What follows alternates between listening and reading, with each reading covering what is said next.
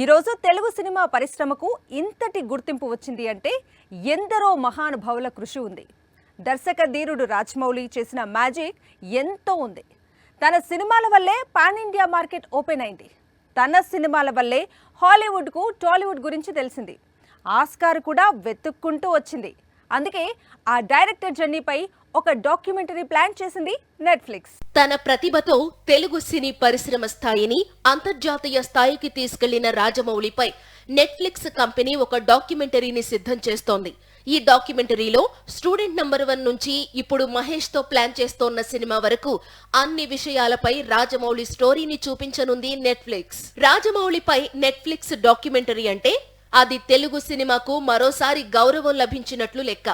Modern masters పేరుతో ఈ documentary తెరకెక్కుతోంది.